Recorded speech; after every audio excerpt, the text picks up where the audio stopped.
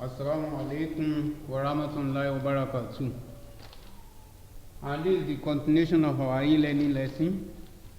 And we have already finished the revision for the last term work, and this is the beginning of the new term.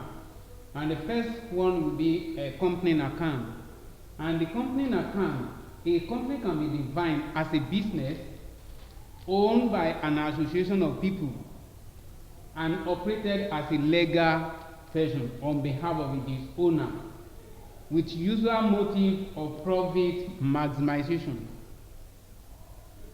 And when we are talking of the owner, that is the shareholder,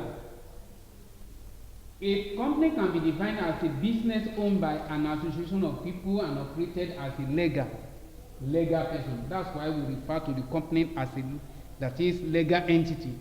That is stand on its own, is another artificial human being which can sue or be sued. And the example of the company, we have the Cabri Limited, we have a Nigeria Brewery Limited, and we have a Nestle. The characteristic of a company, that is, we have a company, that is, a company is a legal entity.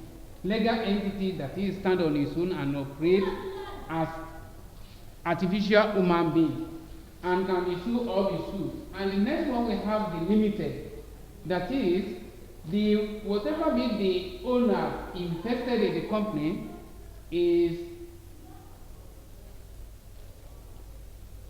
the liability is resisted to the amount of money invested in that company. That's why we refer to as a limited liability. And perpetual existence, that is, continue to operate. If one of the shareholders decided to withdraw from the business, or maybe 10% of the shareholders decided to withdraw from the business, and the business can still continue. And we have authorized by law. Authorized by law to carry on a specific line of a business. Authorized by law, that is to carry out a legal business, not a legal business. To carry out a legal business as the line of their business. And the next one, we have a type of a company. We have a private company and we have a public company. The private company is owned by 2 to 50 people. That is the minimum of 2 and the maximum of 50. And the private company is different from the public company in the sense that the private company cannot advertise the shares to the public through the stock exchange market, and at the same time the private company cannot be owned by more than 50, and the private company also cannot publish their annual accounting statement to the public for consumption. And at the same time, the private company is owned and operated by the minimum of 2. The second one, we have a public company. The public company is constituted by minimum of 7, and the maximum number is infinity. And the public company can advertise their shares to the public, and at the same time the public company can publicize their annual accounting statement for the public consumption. And the formation of the company, we have a promoters. The promoters, this is a set of people that conceive the idea of the business. The idea of the business that they intend to form. That is, what are the criteria, that is the necessary things that you need before they can form that particular business. And the next one, we have a memorandum of association. The memorandum of association and article of association are the major document before we can set up or form a company. The article of association is a document that consists the internal rule and regulation of the business, While the memorandum of association is for the external rule and regulation of the business. But for the memorandum of association, the memorandum of association contains the following, that is, the authorized or registered or nominal capital must be stated. That is, if the business be still in the operating for the next 50 or 100 years to this time, there is no way they can use more than this social capital. That's what they call the authorized capital. Must be stated in their memorandum of association. And the name of the company with word limited. And the object of the company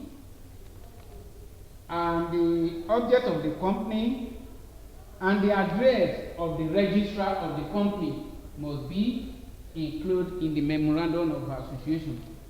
While the article of association contains the rights and duty of shareholders and the duty and power of directors, how director may be appointed, procedure for statement of account at the end of each year.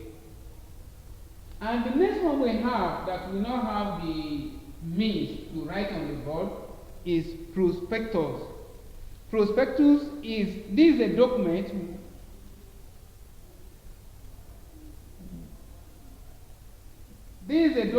issued by the limited liability company to advertise their shares to the potential subscriber. That is, advertise their shares to the, and contain the information about the company concerned. And we have the certificate of incorporation. The certificate of incorporation, this is a document which gives legal authority to operate as a legal personality. Legal authority to operate as a legal personality. It is after the company have already fulfilled, that is, prepare the memorandum of association, article of association, and other necessary documents, the certificate of incorporation will now be given. That is the certificate of operation, that is to commence their business. The next one we have the types. We have the types of a capital. We have the type of capital where we have the authorized capital. Authorized or registered or nominal capital mean the same thing. And this is the real value of the capital be stated in the memorandum of association. And our part of this authorized capital will now be issued to the public to subscribe, that is to generate money for the operation of the business. And we have a call-up capital. Out of issued capital, that is when the companies advertise their shares to the public, and they now allotted certain number of shares to the subscriber, that is potential subscriber, and part of this, which is issue capital, we now call them, that is call-up capital, called to come and pay part of it, not the whole issue capital. That's why we call it a call-up capital. And the next one we have a call in arrears.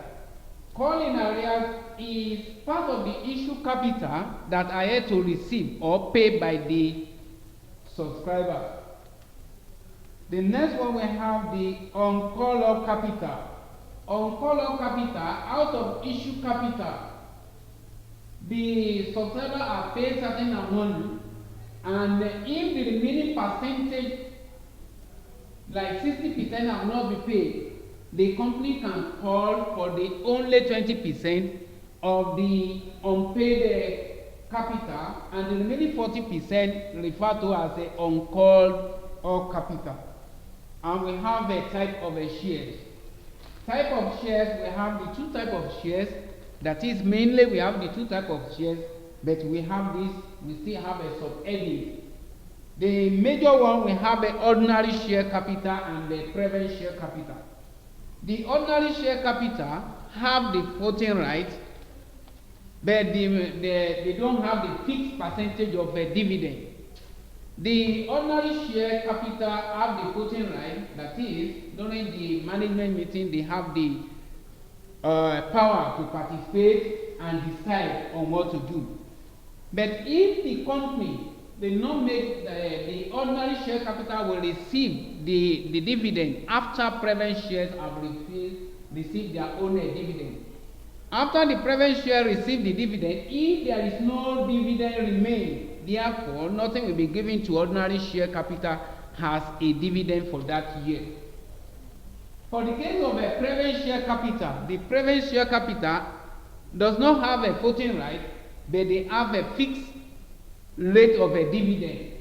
With the fixed rate of dividend, before any other thing, the preference share capital must, the preference shareholder must first of all receive their own fixed percentage of dividend from the profit of the company for that year. And after receiving their own profit, if there is nothing remain, nothing will be given to ordinary shareholder. But in case if the business does not make enough profit for that year, therefore the dividend for the preference shareholder for that year can transfer to the next year, and that will be the first thing they need to consider in the next profit of the business. The major difference between the both is that ordinary share does not have a fixed rate of dividend, while the preference share enjoy the fixed rate of dividend. While the ordinary share have voting right, the preference share does not have a voting right.